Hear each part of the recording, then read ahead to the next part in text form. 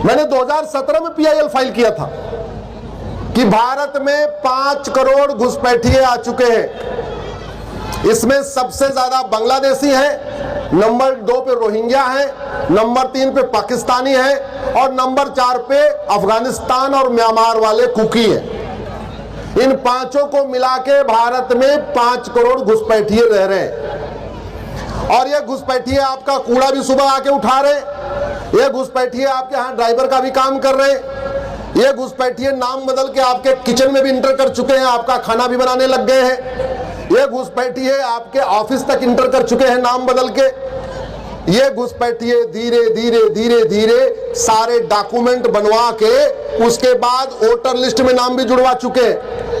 तो मैंने 2017 में पीआईएल फाइल किया था कि घुसपैठियों को बाहर निकालो। घुसपैठिए निकले नहीं, लेकिन फिर मुझे बीच में जानकारी आई ये तो चुनाव भी लड़ने लग गए, वोटर आईडी में भी इन्होंने नाम जुड़वा लिया। तो फिर मैंने एक और पीआईएल फाइल किया कि भारत में एसआईआर किया जाए। ये जो पूरे देश में एसआईआर चल रही है वो अपनी पीआईएल है। और एसआईआर पे मैं जब काम कर रहा था तो मेरा आइडिया था लगभग 5 करोड़ फर्जी वोटर है। अभी तो केवल 13 राज्यों में एसआईआर हुआ है और 7 करोड़ लोगों का नाम कट चुका अभी तक। मुझे लगता है पूरे देश में होगा तो 11-12 करोड़ तक जाएगा। एक देश था पर्शिया, मात्र 5000 घुसपैठिए गए थे, मात्र 5000, और उस पर्शिया को उन्होंने 50 साल में ईरान बना दिया। और भारत में तो 5 करोड़ आ चुके हैं। आप खुद सोच सकते हैं आने वाली स्थितियों में क्या होगा। ये जितने बड़े आपके राजनगर में जनसंख्या रहती है, आप चले जाओ यहीं पीछे एक झुग्गी बस्ती है, जाके देख के आना, इतनी संख्या उस झुग्गी में रहते हैं जितना इस पूरे आपके राजनगर में लोग रहते हैं। अब किसी नेता को अगर वोट चाहिए तो पूरे राजनगर के 100 घर में जाके वहां पे बात करे या उसी झुग्गी बस्ती में चला जाए और बोले भैया हम तुझे फ्री में राशन दिलवा देंगे, वोट कर देना। नेताजी कहां जाएंगे, जोर से बोलो जरा।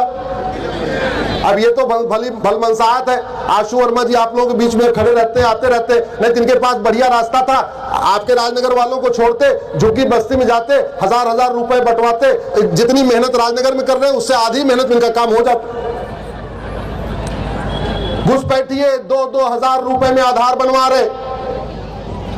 घुसपैठिए जैसे उनका डॉक्यूमेंट बन जाता है, तहसील के दलाल को पकड़ते हैं, 2000 रुपए में राशन कार्ड बनवा ले रहे। जैसे उनके पास 2 डॉक्यूमेंट हो जाता है, नगर निगम के दलाल को पकड़ के 2000 रुपए में बर्थ सर्टिफिकेट बनवा ले रहे। जैसे उनके पास 3 डॉक्यूमेंट हो जाता है, फिर वो दलाल को पकड़ते हैं, 2000 रुपए में डोमिसाइल सर्टिफिकेट बनवा लेते हैं। जैसे उनके पास 4 डॉक्यूमेंट होता है, आरटीओ ऑफिस के दलाल को पकड़ते हैं, 3000 रुपए में ड्राइविंग लाइसेंस बनवा लेते हैं।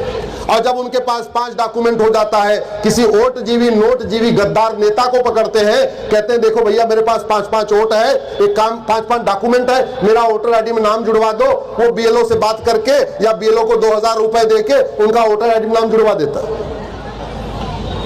एक घुसपैठियों के घर में 16 वोट है, 18 वोट है। आपके घर में तो 4 वोट भी नहीं होगी। मुझे नहीं लगता यहाँ राजनगर में कोई ऐसा परिवार है जिसके घर में 8 वोट या 10 वोट होगी। मुश्किल से 4 वोट होगी, वो भी इलेक्शन के दिन घूमने चले जाएंगे कहीं पे। और वहीं दूसरी तरफ एक घुसपैठियों के घर में 16 वोट है। आपके पीछे कोई क्यों आएगा, उधर जाएगा ना जहां एक ही एक घर में 16 वोट है। और जब इनके डॉक्यूमेंट बन जाते हैं उसके बाद ये मुफ्त में राशन ले रहे, ये प्रधानमंत्री आवास ले रहे, केंद्र सरकार की सारी योजनाओं का फायदा उठा रहे, राज्य सरकार की सारी योजनाओं का फायदा उठा रहे।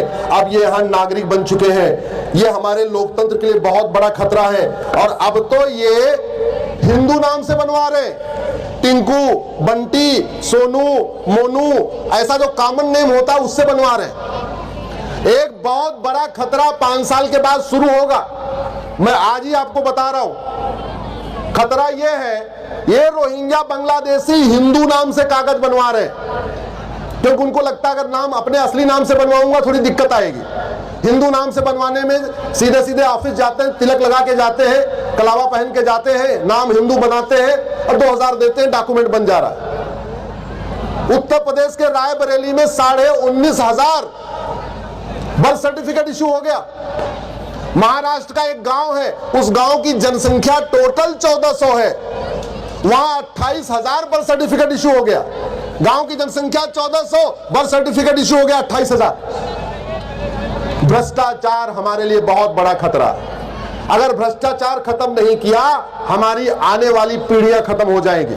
भ्रष्टाचार खत्म नहीं किया, घुसपैठियों को पकड़ना मुश्किल हो जाएगा, क्योंकि घुसपैठ का मूल कारण ही घूसखोरी है। इसलिए मैं कहता हूं, जितनी सजा घुसपैठियों को मिलनी चाहिए, उससे 10 गुना सजा घूसखोरों को मिलना चाहिए। अगर हम चीन जैसे महाशक्ति बनना चाहते हैं, हमें चीन का कानून लागू करना पड़ेगा। हम सिंगापुर जैसा बनना चाहते हैं, हमें सिंगापुर का कानून लागू करना पड़ेगा। हम जापान जैसा बनना चाहते हैं, जापान का कानून लागू करना पड़ेगा। चीन में घूसखोरों को फांसी दी जाती है।